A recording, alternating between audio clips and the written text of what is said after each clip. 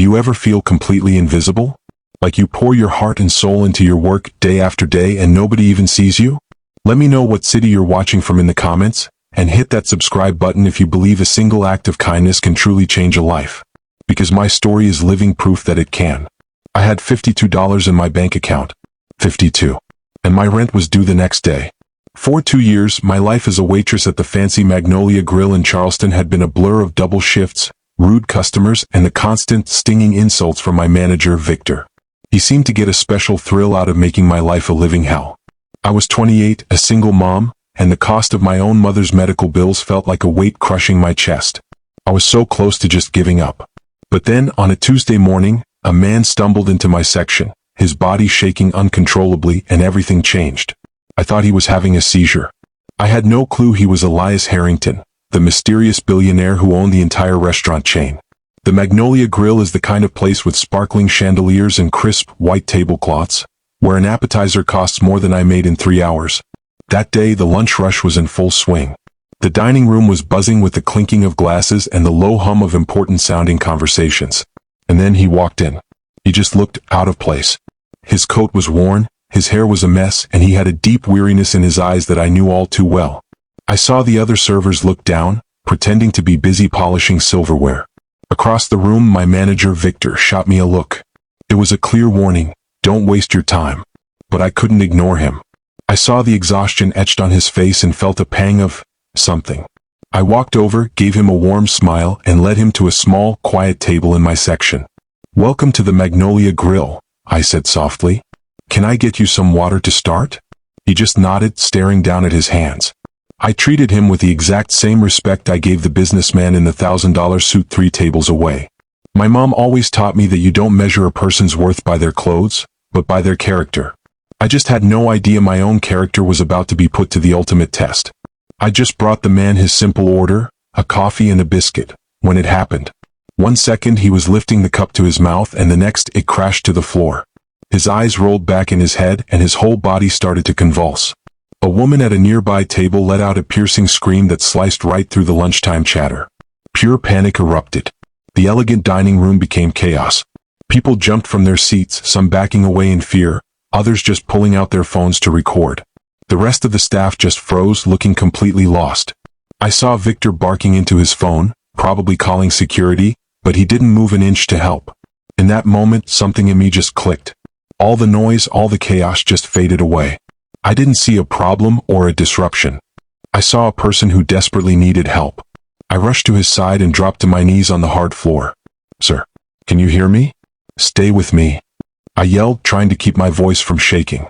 I gently cradled his head to keep it from hitting the floor, just like I'd seen in first aid videos.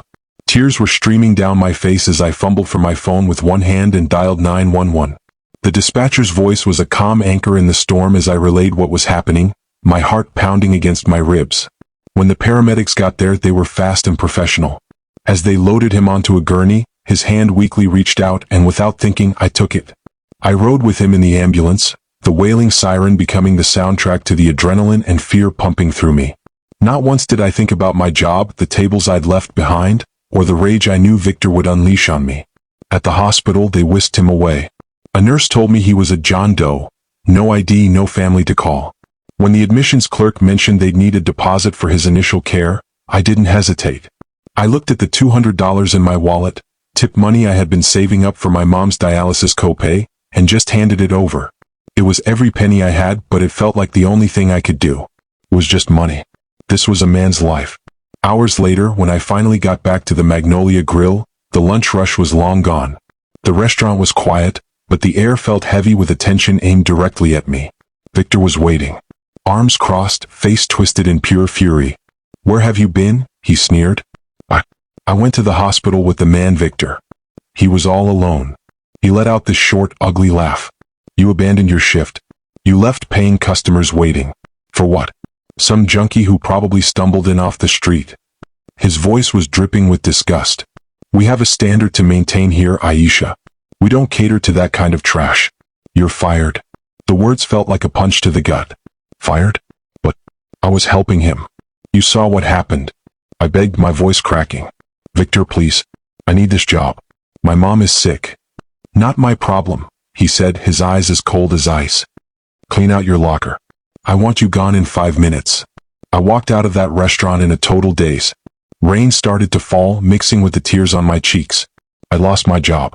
I'd given away my mother's medicine money. I had absolutely nothing. My one act of kindness had cost me everything. I woke up the next morning feeling completely hopeless. But even through the despair, I couldn't stop thinking about the man from the restaurant. I had to know if he was okay. I scraped together some change and took the bus to the hospital to check on him.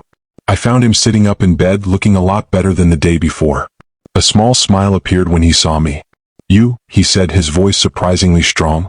You're the angel who saved my life.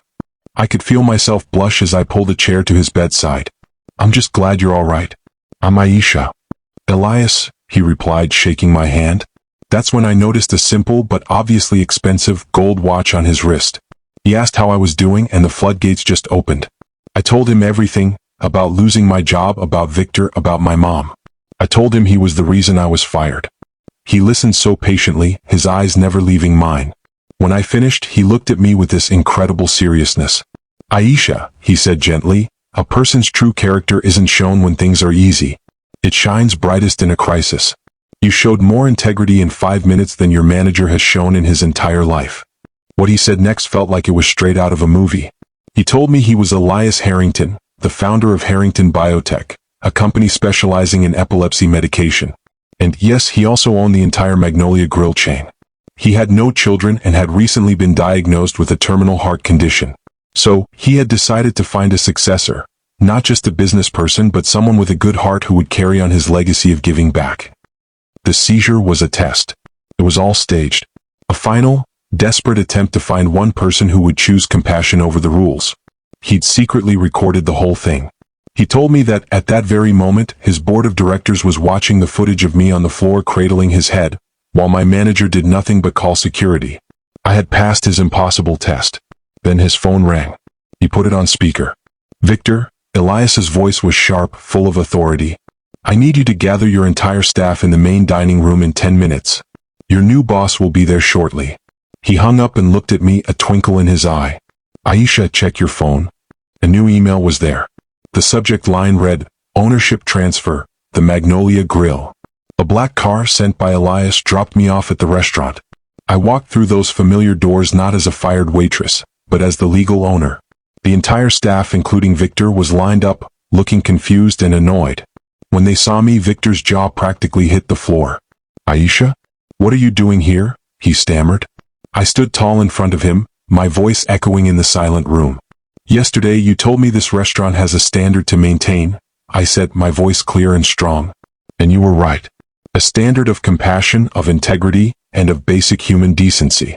A standard you failed miserably. I took a deep breath. Victor, you're fired. Your last paycheck will be in the mail. The look on his face, that mix of pure shock and humiliation, is something I will never forget. Karma, I thought, really is a dish best served Southern style. That was the first day of my new life. I hired a new team, people who understood that service is about more than just taking orders. With the restaurant's profits, I got my mom the best doctors in the country and enrolled myself in business school. Elias became my mentor and my friend. Before he passed, he got to see me turn his restaurant into a place known not just for its amazing food but for its heart. My story isn't about a waitress getting lucky. It's a reminder that you truly never know who you're helping or what impact you're having. It's proof that even when the world feels cold, one small moment of choosing to see the humanity in someone else can change everything. The greatest investment you can ever make is in another person. So what would you have done? Let me know in the comments, and don't forget to subscribe for more stories that prove in the end goodness always wins.